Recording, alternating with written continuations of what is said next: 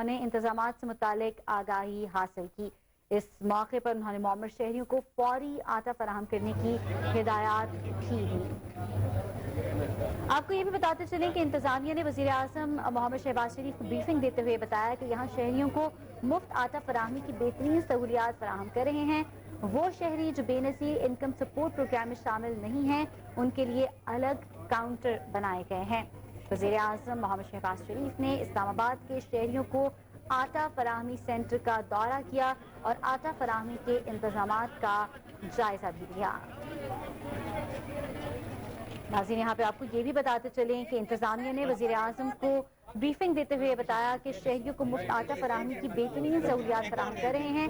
وہ شہری جو بے نظیر انکم سپورٹ پروگرام میں شامل نہیں ہیں ان کے لیے الگ کاؤنٹر بنائے گئے ہیں۔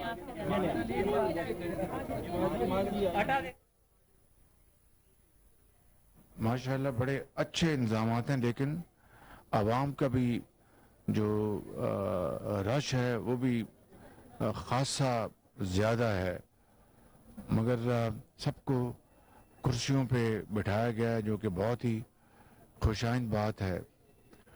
اور کچھ آپریشن جو ایشوز ہیں ان کو بھی ہم نے سولو کرنا ہے، لیکن یہاں کی انتظامیہ بارکیف بہت حد تک دل جمی سے اور شوق سے محنت سے کام کر رہی ہے۔ میں کمشنر اور ڈپٹی کمشنر اور درجہ بدرجہ تمام افسران کو میں شاباش دیتا ہوں، لیکن جو ایشوز ہیں، جو پرابلمز ہیں، ان کو ریزالو کرنے کے لیے ان کو فوری طور پر میکنزم بنانا ہوگا۔ جو لوگ فوٹو کاپی لے کے آتے ہیں اپنے آئی ڈی کارڈ کا، اس کا انتظام ہونا چاہیے۔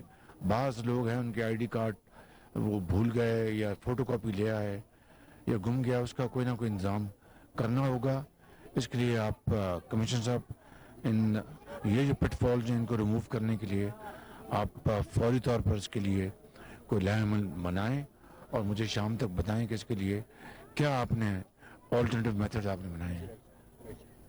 بہرحال آپ کو یہاں کی جو کارکردگی خاصی حوصلہ افزا ہے، میں آپ کو اور آپ کی ٹیم کو مبارکباد پیش کرتا ہوں۔ وزیر اعظم محمد شہباز شریف نے آٹا فراہمی مرکز کے دورے کے موقع پر میڈیا سے گفتگو کی۔ انہوں نے کہا کہ یہ بات باعث اطمینان ہے کہ عوام کو بہتر سہولتوں کے ساتھ آٹے کی فراہمی جاری ہے۔ ان کا یہ کہنا تھا کہ عوام کے لیے کرسیاں اور بارش سے محفوظ مقام